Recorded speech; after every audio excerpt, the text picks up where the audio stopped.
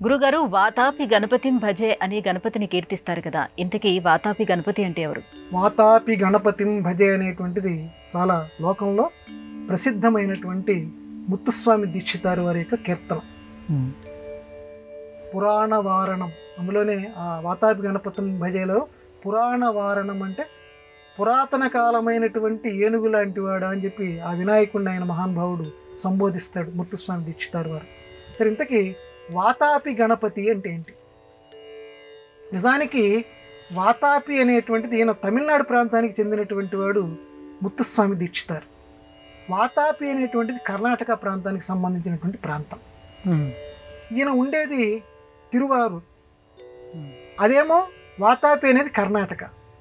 కర్ణాటకలో వాతాపి అనేటువంటి ఊళ్ళో ఉన్నటువంటి గణపతిని ఇక్కడ తమిళనాడులో ఉన్నటువంటి ముత్తుస్వామి దీక్షితారు వారు వాతాపి గణపతిం భజే అని రాశారు. సరే, రాష్ట్ర సరిహద్దులు లేవండి ఆయనకి, విశ్వజనీన భావంతో రాశాడు అంటే కాదు, దీని వెనకాల ఒక చారిత్రక నేపథ్యం ఉన్నది అన్నారు. చాళుక్యులు అని ఇదివరకు ఉండేవారట.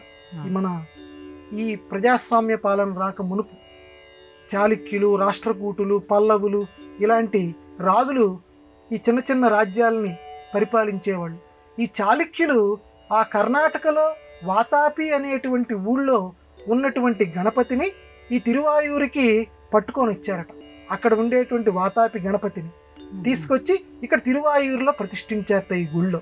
కాబట్టి అక్కడ ఉన్నటువంటి గణపతి ఇక్కడికి చేరాడు, తమిళనాడు ప్రాంతంలోకి చేరాడు. కాబట్టి ఇక్కడ ఉన్నటువంటి గణపతినే, కానీ నువ్వు ఇక్కడ వాడివి కాదు సుమా, నువ్వు అక్కడి వాడివే, నువ్వు వాతాపి గణపతి అంటే ఒక లోకంలో ఏదైతే జరిగిందో, అందుకనే కవుల్ని కనపడనటువంటి చరిత్రకారులు అని చెప్పి ఒక మహానుభావుడు చెప్పాడు. కాబట్టి దీక్షితారు వారు జరిగినటువంటి ఒక చారిత్రక సంఘటనని, అంటే వాతాపిలో ఉండేటువంటి గణపతి ఇదిగో ఈరోజు ఇక్కడికి వచ్చాడు సుమా అని లోకానికి ఒక చారిత్రక సందర్భాన్ని చక్కగా తెలియచేయటానికి ఒక చక్కటి కీర్తన ద్వారా వాతాపి గణపతిం భజే అని చెప్పి ఆ మహానుభావుడు రాశాడు.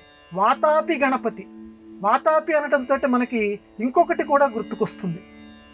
ఇందాక మనం చెప్పుకున్నామే అగస్త్యుడు. ఆ అగస్త్యుడే జీర్ణం జీర్ణం వాతాపి జీర్ణం. ఆ వాతాపిలోనే ఇప్పుడు అక్కడే అగస్త్యేశ్వరాలయం కూడా ఉందంటారు ఆ వాతాపి పక్కనే. అంటే ఈ వాతాపి ఇల్వలుడు అని చెప్పి ఇద్దరు సోదరులట. వీళ్ళ పని ఏంటంటే వాళ్ళు రాక్షసులు.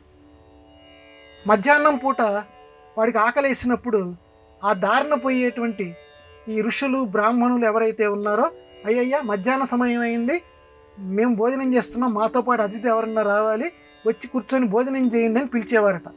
పిలిచి ఆ దారిన పోయే వాళ్ళందరినీ లోపలికి తీసుకొని వెళ్ళిపోయి ఒక్కసారి వాడిని ఖండించేసేసి తినేసేసేవారు. ముక్కలు ముక్కలు కించేసి వంట చేసి తినేసేవారు.